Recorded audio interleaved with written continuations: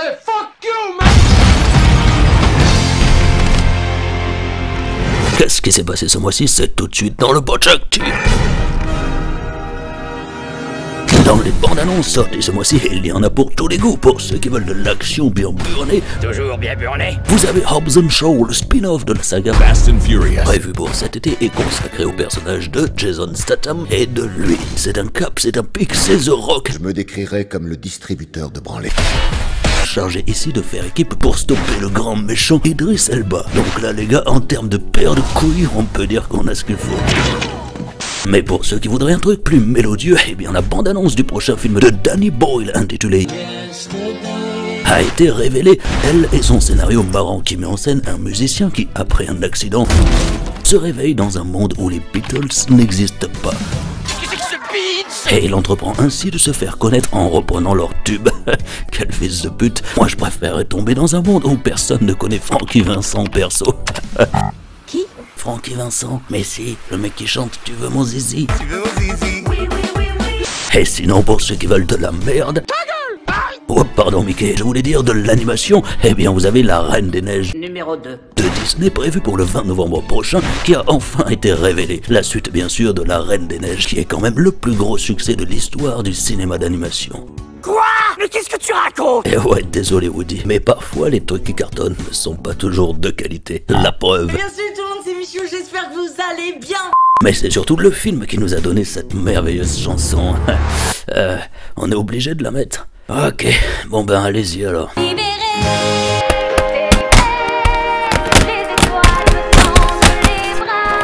Putain de merde! Va te faire foutre! Va te faire foutre! Va te faire foutre! Et pour le reste des bandes annonces, eh bien c'était le Super Bowl ce mois-ci. Donc forcément, comme à chaque fois, on a eu toute une chier d'images de gros trucs à venir, comme Toy Story 4, Avengers Endgame, Captain Marvel ou encore Game of Thrones, la série où tout le monde meurt. Sauf moi. Et ouais les mecs. Mais on avait déjà parlé de tout ça. En revanche, ce dont on n'a jamais parlé, c'est la 4ème dimension. Vous savez, cette série d'anthologie culte des années 60 qui s'offre donc une nouvelle saison pour avril prochain. Une saison dont le trailer du Super Bowl a révélé un nouveau présentateur en la personne de Jordan Peele, le fameux réalisateur de... Et c'est une super transition pour passer aux séries du mois, ça. Puisqu'en attendant avril, Jordan Peele, décidément très occupé, avait une autre série anthologique de SF qu'il a sortie ce mois-ci. Et il a en effet le co-créateur de Weird City, qui se veut comme une sorte de parodie de Black Mirror. Ah putain! L'écran tout neuf! En version comique donc, et qui est diffusée sur YouTube Premium depuis le 13 février. Les 2 premiers épisodes sont gratuits si vous en avez quelque chose à foutre. Non merci. Et sinon, toujours sur le petit écran, le géant américain Netflix est toujours opérationnel. Ou devrais-je dire... Que ce soit avec ses films comme Velvet Buzzsaw, comédie horrifico-satirique par le réalisateur de Nightcrawler. Et avec donc encore Jake Gyllenhaal. Ou du coup avec ses séries télé, comme l'a montré l'incroyable succès de Sex Education, la série britannique qui suit donc 2 lycéens qui montent un cabinet de thérapie sexuelle dans leur lycée, devenant ainsi les confidents des autres élèves, pour la plupart paumés sur la question sexe. C'est quoi une sodomie, monsieur? Un carton auprès du public. Ah, dès que ça parle de cul, il y a du monde. Oh putain, mais oui, c'est ça. C'est ça la solution. Il faut plus de cul dans notre émission. Est-ce que je vais bien pouvoir trouver du cul sur internet? Ah, je sais. Tu veux mon zizi? Oui, oui, oui, oui. Non. Je vais te le donner, oui, oui. Oh non, oui, oui. non, Tu veux quelle mon erreur! zizi? Quelle erreur! Une série qui a donc élevé au rang de star ces jeunes acteurs et qui a forcément motivé Netflix à d'ores et déjà annoncer une 2e saison que je ne regarderai pas. Et on passe aux jeux vidéo. En décembre, on avait Smash Ultimate. Vous voulez qu'on vous parle encore de ce jeu? Non, ça suffit maintenant. Ok. En janvier, nous avions Kingdom Hearts 3, qui lui mélangeait différents personnages de Disney. Il me l'a prouvé hier soir en me suçant la zigounette. Eh bien, ce mois-ci, on a eu en février un autre crossover balèze qu'on doit à Bandai Namco. Et il s'agit de Jump Force, un jeu de combat XXL qui a la particularité de rassembler plusieurs personnages de manga cultes tels que ceux de Dragon Ball Z, Naruto, One Piece, mais aussi... ou encore... et même...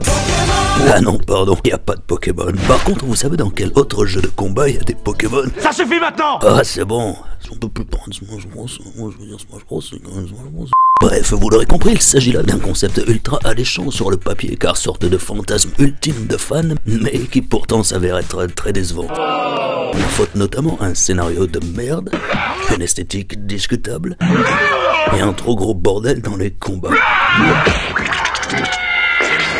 C'est bien qu'on préfère plutôt évoquer ce mois-ci des annonces importantes sur Switch. Comme le remake de Zelda Link's Awakening, ou bien la suite de Mario Maker prévue pour juin, ou encore deux nouveaux titres Pokémon baptisés Épée et Bouclier. Bonsoir! Tous deux annoncés pour la fin d'année et qui ont bien fait parler, avec notamment de nouveaux starters au look Spécial.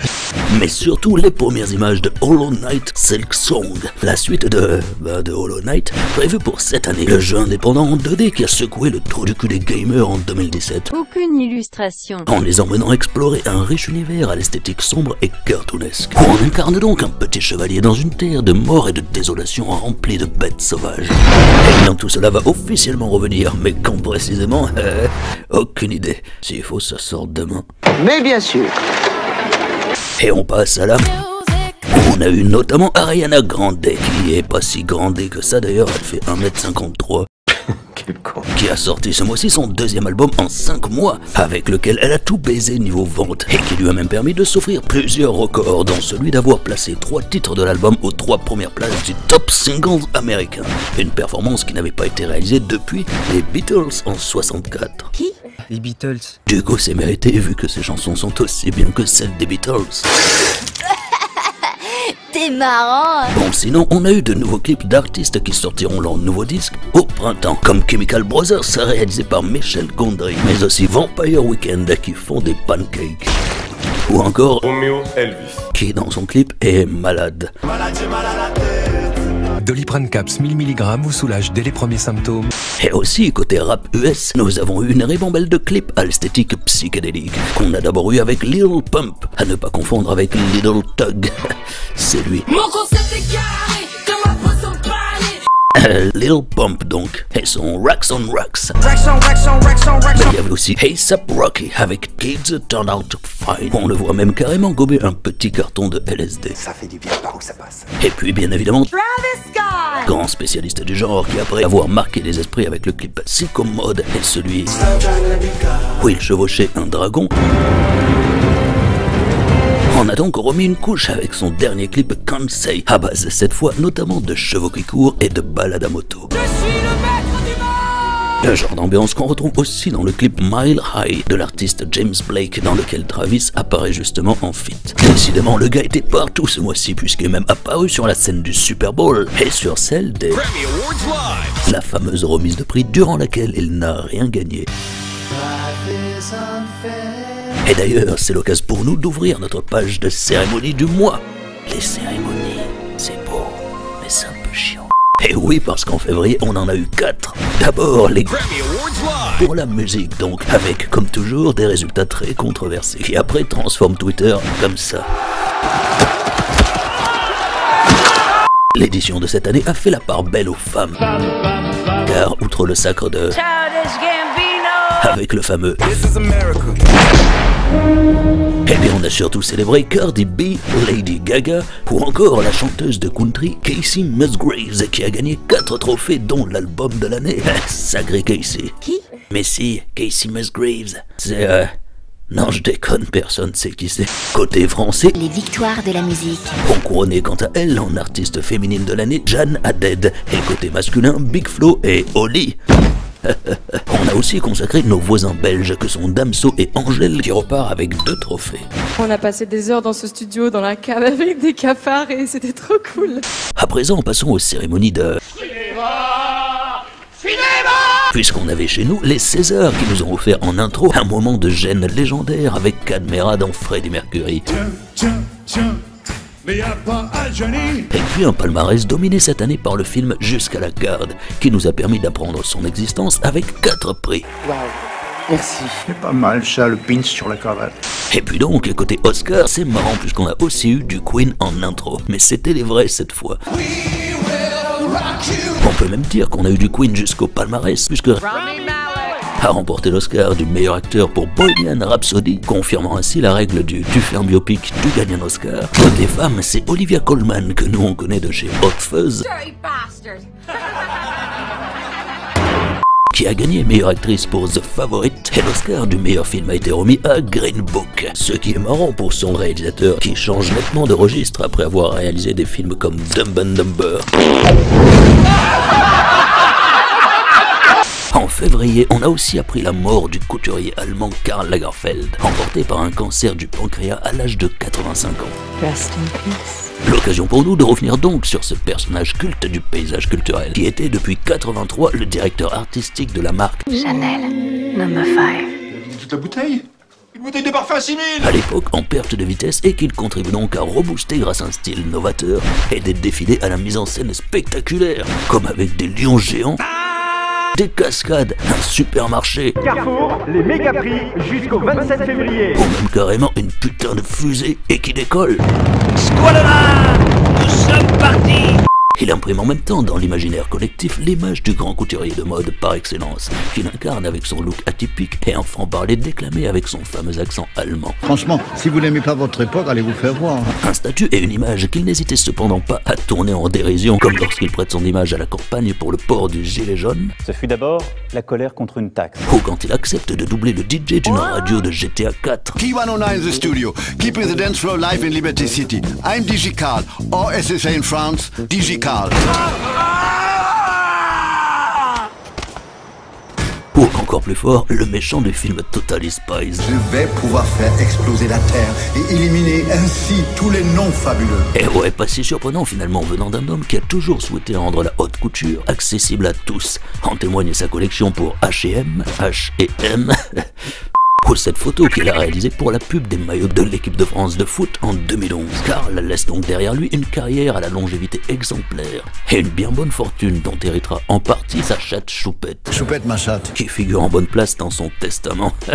On dirait le mauvais scénario d'un film de Gulli. Je lègue l'ensemble de mes propriétés ainsi que mon titre à mon chien bien-aimé, Hubert. Un chien qui touche le jackpot et des héritiers qui n'ont pas fini de grogner. Hubert, l'Aristochien, ce soir, 20h45 sur Gulli. Et dans les autres nouvelles, celles qui concernent la politique, on a constaté une chose. La crise. Que ce soit au Venezuela, où la dispute de pouvoir se poursuit entre les deux présidents Nicolás Maduro et Juan Guaidó, poussant ainsi les différents pays du monde à choisir leur camp.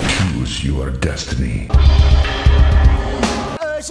Moi j'ai horreur de prendre parti. Ou bien en Algérie.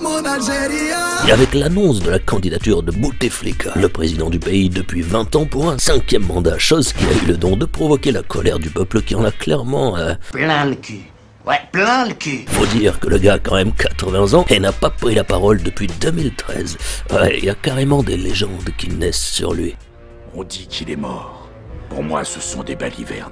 Je pense qu'il est toujours vivant. Mais trop faible pour continuer. Et sinon, côté... on a Donald Trump qui continue son bras de fer avec les démocrates. À qui il a quand même réussi à gratter $1 milliard pour la construction de son putain de mur. Pourquoi parler de milliards quand on pourrait amasser... des millions? Et qui s'est aussi offert fin février une deuxième rencontre avec son désormais nouveau meilleur pote, Kim Jong-un. Où il était encore largement question de dénucléarisation, mais cette fois aucun accord n'a pu être trouvé entre les deux dirigeants quant au démantèlement des armes nucléaires nord-coréennes. C'est con. Et pendant ce temps, dans notre douce France, outre Benalla passé par la case prison mais qui a fait un double et qui en est ressorti, quelques polémiques sont venues rythmer l'actu, comme celle autour d'Alain Finkielkraut. Crotte alors. À qui des gilets jaunes ont lancé quelques mots doux. Ce qui a lancé polémique et débat sur l'antisémitisme, et puis sur l'antisionisme, puis sur des complots. Et comme tous ces sujets, moi ça me fait chier, on va plutôt passer au sujet suivant. Un hijab de running destiné aux femmes musulmanes. Ah, merde. Et oui, puisqu'il y a aussi eu un scandale après que Decathlon ait annoncé la mise en vente d'un hijab pour le sport, pour les femmes musulmanes comme Nike avait pu le faire. Just do it. Sauf que non, Decathlon l'a pas trop do it, vu le bordel que cela a créé sur internet et qui peut se résumer comme ça.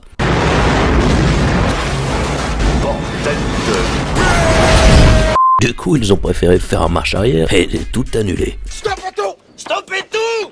À présent, faisons un rapide point sport. Pour parler football et évoquer ce mois-ci les 8e de finale de la Ligue des Champions. Max le grand champion! Wow! Dans lesquels deux clubs français se sont engagés. D'un côté le PSG qui a battu Manchester United de 2-0 et l'Olympique Lyonnais qui lui a tenu en échec 0-0 le FC Barcelone de Léo Messi. Mais le véritable exploit côté français, on le devait surtout au Stade Rennais qui s'est qualifié en 8e de finale de l'Europa League en battant le Betis Séville. Une performance inédite dans l'histoire du club. Ça, c'est une intervention divine. Qui espère donc connaître une belle épopée dans la compète. Le prochain tour est prévu pour le 7 mars et l'adversaire sera le club anglais Arsenal. Ça risque de chier dans le ventilo. À présent, vous êtes prêts les petits, car voici les sorties du mercredi.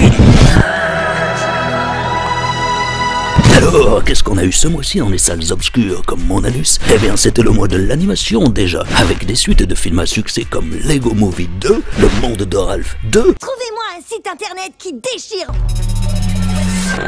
Je n'ai qu'un seul résultat.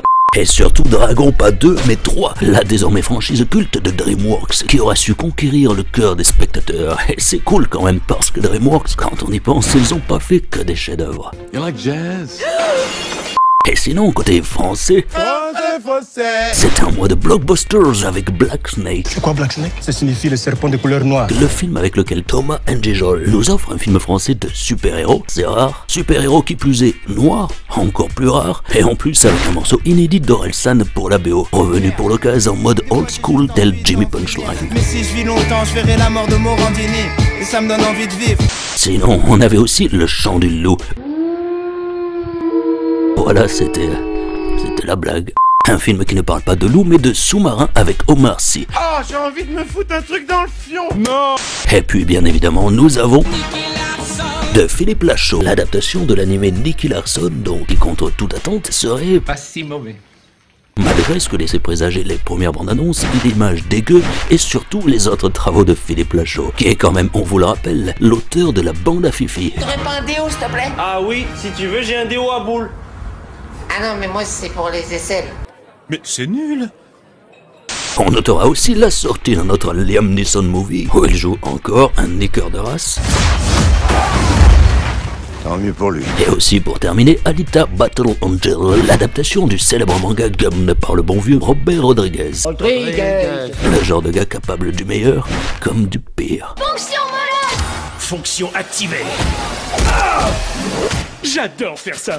Eh bien, ce Alita a l'air un peu entre les deux, ce qui le place tout de même largement au-dessus d'adaptations de mangas récentes qu'Hollywood avait jusqu'ici l'habitude de nous livrer, et qui faisaient réagir leurs fans comme ça.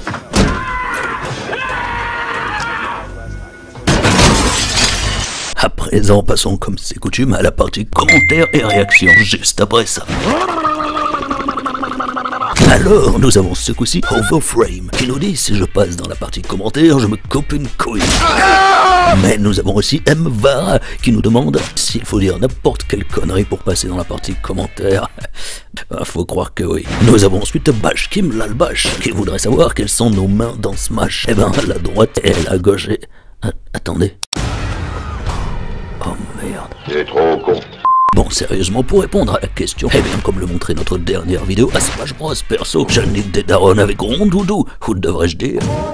Mais il y a d'autres personnages qui reviennent dans l'équipe de Botch, comme... mais aussi... ou encore Shulk, mais uniquement sans vêtements. Et pour finir, nous avions Benji Funky, qui lui se demande d'où vient le fameux qu'on entend si souvent dans nos vidéos. Eh bien de... Pas vrai, Will Smith? Oh, dites à un décorateur de venir et vite parce que ça craint. Enfin, je profite de cette partie réaction pour remercier Chechouné pour son invitation dans sa vidéo sur... C'était sympa et on vous invite à checker tout ça en description. Ce fut d'abord la colère contre une taxe. À présent, n'ayant plus rien à ajouter, il ne me reste plus qu'à vous donner rendez-vous fin mars pour le prochain Botch Actu, même s'il y aura cette fois-ci à coup sûr d'autres vidéos avant qui sont d'ailleurs en préparation. Alors à très très vite, et surtout n'oubliez pas, il faut toujours essayer d'aller toujours plus loin, toujours plus haut, toujours plus fort.